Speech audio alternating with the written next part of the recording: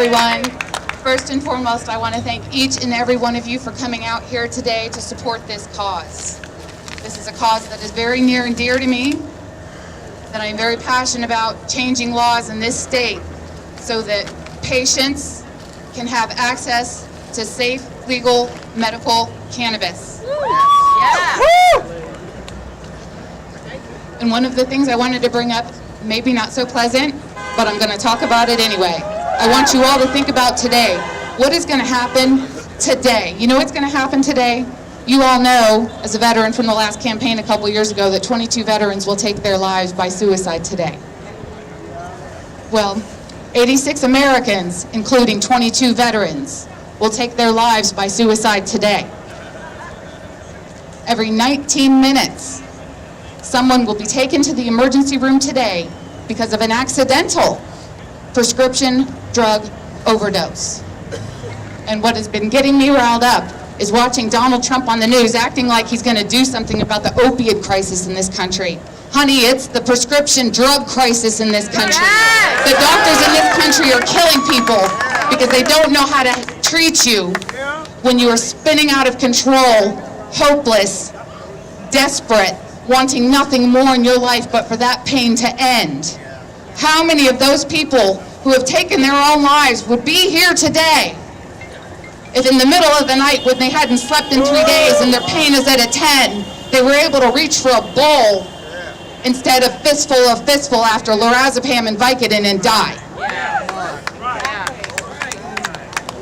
There is a safer alternative. I am living proof that there is a safer alternative. My father served in Vietnam. He did 9 tours. He was a Special Forces combat medic. My father has walked through the gates of hell. God bless his soul. I grew up with a man who, despite what he had endured as a soldier, continued to serve 30 years in the United States military and retire the first sergeant of a MASH unit. This was a man who was a loving, compassionate father who, despite his hate of classical music, showed up and listened to me play my cello. He coached football, he coached basketball, he came to swim meets, he brought us all pizza. He was a loving father. What kind of father would have I had if he had turned to alcohol and had been never there and drunk all the time and abusive because he was unable to control the rage that ran through the back of his mind every day of his life? I had an amazing father thanks to cannabis.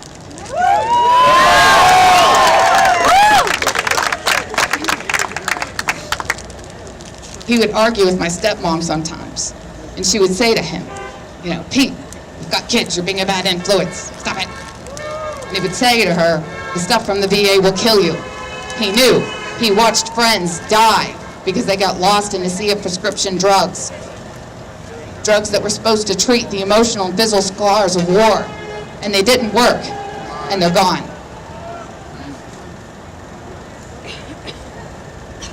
And it's not just the military. It's each and every one of you. I know either you are suffering or someone you know and love and care about is suffering.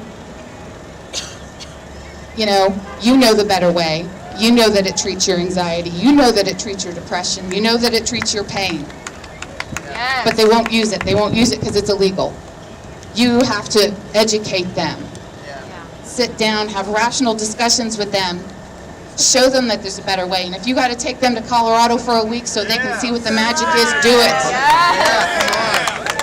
Yes. I retired from the Pennsylvania Department of Corrections in 2013 on a disability retirement, and I moved down to Dallas to be near family. And every summer my mom goes up there. Her best friend since childhood lives there. So I'm retired now. I get to go on the trip. 2014, first year it was legal. I'm on 7 different medications that are making me sick. They're making me tired, they're making me dizzy, they're making me nauseous. They're not working for me. I'm still spinning. I start using cannabis. Within the week, I dropped 4 of the 7 medications that I take, and I felt better. I felt amazing. I never touched this stuff since high school. I wasn't somebody who knew. I was somebody who had to maintain a negative opinion about the thing. I worked in a prison, for God's sake. I can't walk around saying, go weed,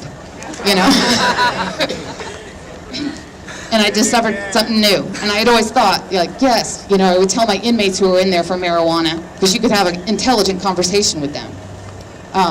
The ones that were in there for heroin or methamphetamines, usually not so much. That's what drugs do. Marijuana is not a drug. Marijuana is a medicine. And I would tell them, move to California. When you get off paper, get yourself to California.